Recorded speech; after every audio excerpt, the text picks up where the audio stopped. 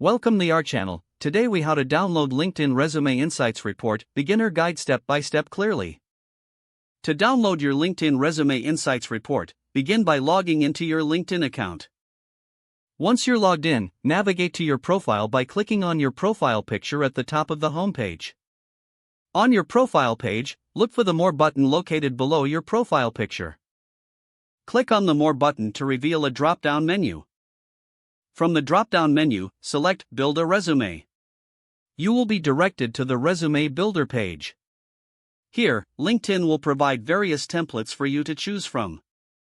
Once you've selected a template that fits your style, click on it.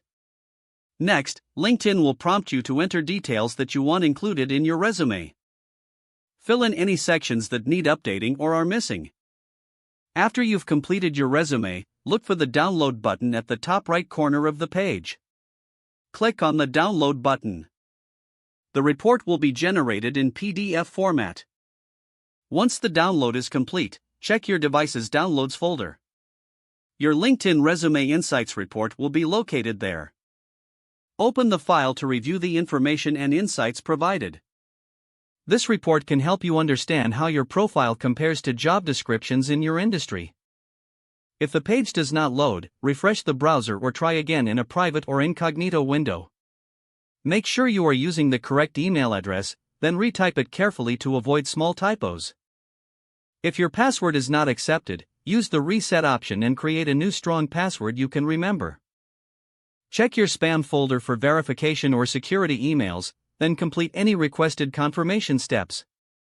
Enable two-factor authentication if available to improve account security and reduce unauthorized access risk.